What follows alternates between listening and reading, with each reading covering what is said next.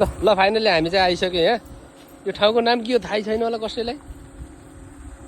आसाके गाउँ भन्ने चाहिँ स्विमिङ गर्ने ठाउँ रहेछ। तपाईँहरू आउनु सक्नुहुन्छ।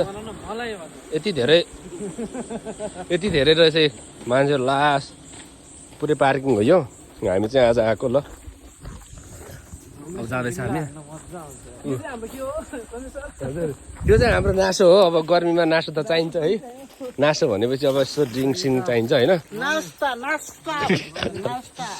चाहिँ यो रमाइलो हाम्रो हो ल। यसो हामी जाँदैछौँ।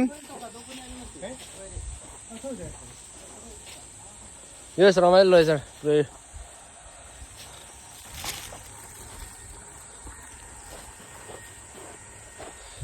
ए यस्तो छ खाइदा नि यहाँबाट चढेर जाने ट्याक्क लगाएर। तपाईँ मोबाइल निकाल्नु न फोटो हान्नु न।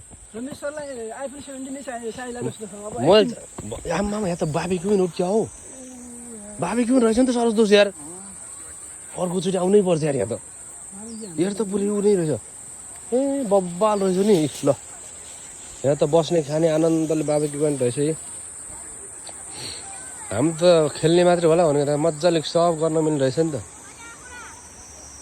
अहिले म तपाईँहरूलाई देखाउने छु एकदम बबाल रहेछ ठाउँ।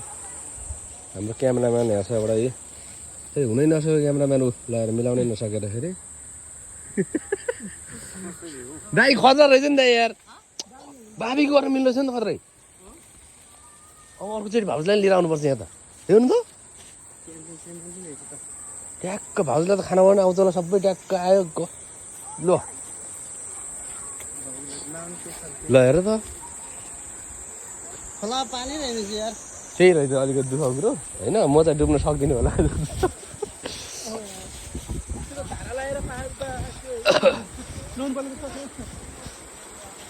पानी नै रहन्छ नि यार। पानी रहन्छ गाई खासमा बास सोच्छ यस्तो। बच्चा बच्चीलाई चाहिँ रमाइलो रहेछ खेलाउनु चाहिँ यहाँ। बच्चालाई खेलाउनु रहेछ होइन। आइमाई पनि रहेछ नि।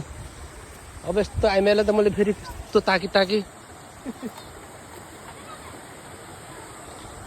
रहन्छ नि यार ठुलो। यहाँ रहेछ त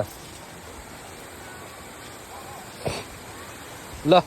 गाई जस्तो छ होइन। तपाईँहरू आउनु सक्नुहुन्छ। बबाल रहेछ।